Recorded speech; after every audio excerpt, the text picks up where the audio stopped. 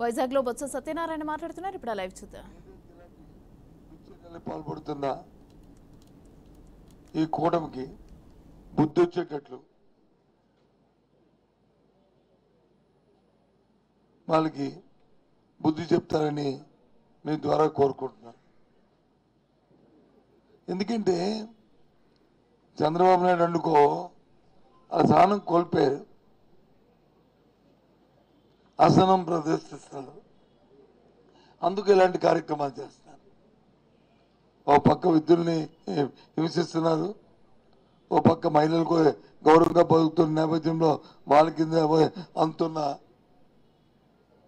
లబ్ధిని వచ్చి వాళ్ళకి చేయూతను వచ్చి రానికని చేస్తున్నారు. విద్యార్థికి వాళ్ళ విద్యని కొనసాగిస్తున్న తరుణంలో వాళ్ళకి రావాల్సిన స్కూల్ ఫీజు ఏదైతే విద్యార్థి ఉందో అది అందరికీ చేస్తున్నారు. రైతుకు వచ్చి ఇన్పుట్ సబ్సిడీ మళ్ళీ వాళ్ళ రైతు మళ్ళీ పంట వేసుకుంటే వాళ్ళ మందుల కోసం అవసరమైన డబ్బులు వాళ్ళకి అందరికంట దుర్మార్గంగా మరి ప్రవర్తిస్తున్నారు. ఎవరైతే ఆర్థికంగా వెనుకబడి ఉన్నా, ఎవరైతే స్వాధీనంలో ఉన్నారో వాళ్ళకి ప్రవర్తిస్తున్న అండగా ఉండడానికి చేస్తున్న కార్యక్రమానికి మోకాలు అడుగుతున్నారు. ఎలా అంటే ఎన్నికలు 3 నెలలు,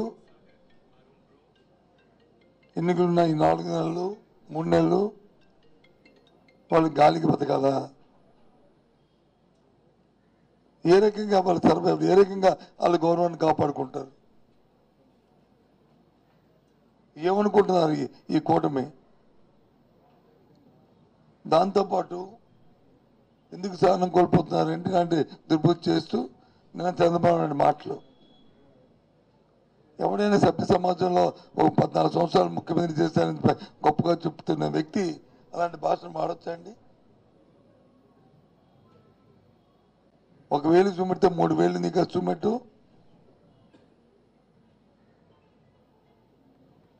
ఎవరికైనా తల్లే కదండి.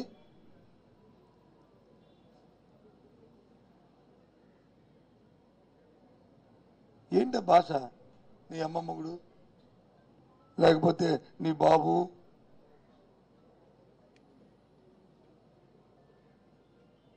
ఈ పదాలన్నీ రాజకీయంలో సభ్యసభ ఆశిస్తారండి.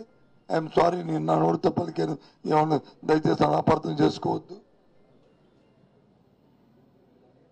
ఆ మాటలు ఎవరికి రావా అండి మాలాంటి వాళ్ళకి? కానీ సభ్యత సంస్కారంగా మా నోటితో ఆ మాటలు మాట్లాడడం ఏం మెసేజ్ ఇవ్వదలుచుకున్నావు ఈ సమాజానికి? ఇలాంటి వాక్యాలు నిజమైన మాట్లాడుకుంటూ అసలు మనిషి పుట్టావా నాకు అర్థం అవట్లేదు. ఈ సమాజాన్ని ఏ రకమైన పరివర్తన చేయడానికి ప్రయత్నం చేస్తున్నావు రాజకీయంగా? మనుషులు మాట్లాడినా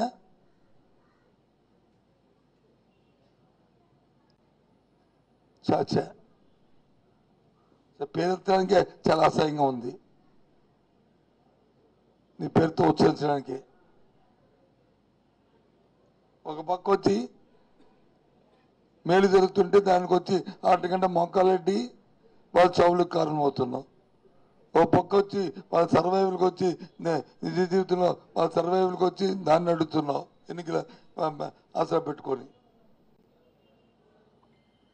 ఒక పక్క వచ్చి మన ఆత్మగౌరవానికి సంబంధించిన అంశాలని ఆపుతున్నావు ఎన్నికల కమిషన్ తోడు పెట్టుకొని.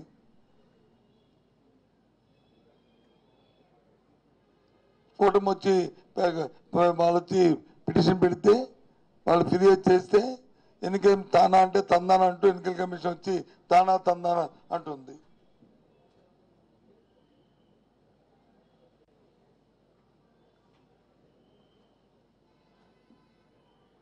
ఎన్నికల నిబంధనలకి ఎన్నికల నిబంధనలకి రాజ్యాంగానికి మేమేమి వ్యతిరేకం కాదు. కానీ వాస్తవాలు పరిశీలించాలి, ఆ గ్రావిటీని పరిశీలించాలి. అంతేగాని వాళ్ళు ఫిర్యాదు తీస్తే దానివల్ల ఈ సమాజానికి కానీ వ్యక్తులకు కానీ లేకపోతే వ్యవస్థకు కానీ నష్టం ఆలోచించకుండా వాళ్ళు చావులకు కారమవడానికి వాళ్ళు అవడం భావ్యమా?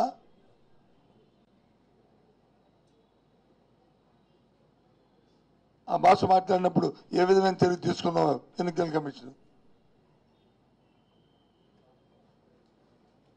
ఈ చౌక కారణాలకి ఏం చర్య తీసుకుంది ఎన్నికల కమిషన్? ఇవాళ రేపు రైతాంగానికి వచ్చి ఇన్పుట్ సబ్సిడీ అందకపోతే రేపు వేసుకునే పంటకు వచ్చి నష్టపోతే దానికి ఎవరు బాధ్యులు? విద్యార్థులకు వచ్చి విద్యార్థి అందకపోతే వాళ్ళు అకాడమిక్ కంప్లీట్ అయినప్పుడు వాళ్ళకి ఆ విద్యా సంస్థలు వచ్చి వాళ్ళ పరిస్థితి కూర్చోబెట్టకపోవడం కానీ టీసీ లేకపోతే ఎవరు బాధ్యులు?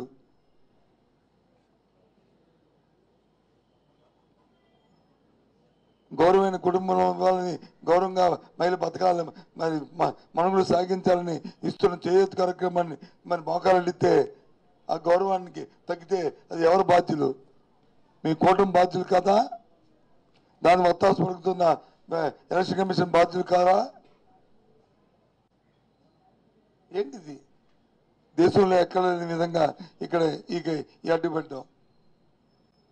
అదే గత ఎన్నికల్లో అయితే తెలుగుదేశం పార్టీ చేస్తే మాత్రం, ఆ కూటమి చేస్తే మాత్రం వీళ్ళు ఓకే అంటారు. చాచా. అందుకే నిన్న ముఖ్యమంత్రి గారు చెప్తున్నారు, అసలు ఎందుకు సహజంగా జరుగుతాయా జరగవా, ఇది జరిపిస్తారా అన్న అనుమానం వ్యక్తం చేశారు. పూర్తిగా దీన్ని ఖండిస్తున్నాం. ఈ పేద ప్రజల్ని, ఈ వితంతుల్ని, వృద్ధుల్ని, ఈ రైతాంగాన్ని, విద్యార్థుల్ని జరుగుతున్న పరిణామాల పట్ల విచారం వ్యక్తం చేస్తూ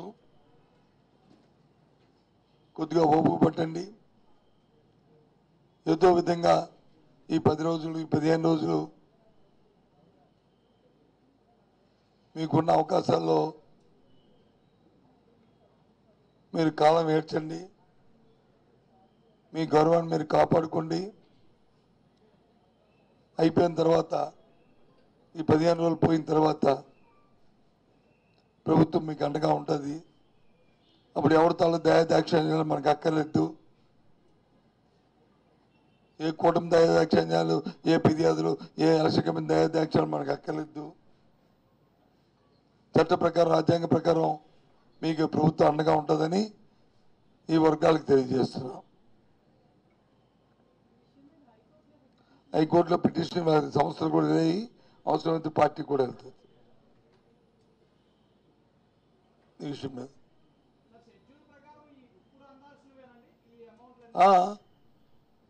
మటన్ నొక్కేమో మరి మొన్న 3-man కమిటీ కూడా రికమెండ్ చేసింది, అక్కడ కూడా స్టేజ్లో రికమెండ్ చేసింది. ఫైనల్గా ఎలక్షన్ కమిటీకి వెళ్ళినప్పుడు అక్కడ అడ్డిస్తారు. అప్పుడే చేసాము, అప్పుడే చేసాము.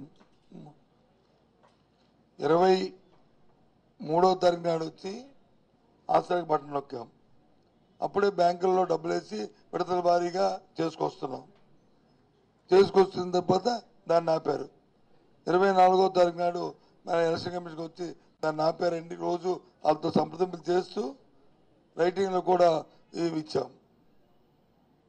దీన్ని ఇక మిగిలిపోయింది వచ్చి ఒక 30% ఉందని ఆన్గోయింగ్, ఇది రిలీజ్ చేయమని చెప్పి, ఇది యాక్సెప్ట్ చేయమని చెప్పి. ఆన్గోయింగ్ ప్రోగ్రామ్కి ఎందుకు మనం వాళ్ళని కోరుకో అవసరం వచ్చింది?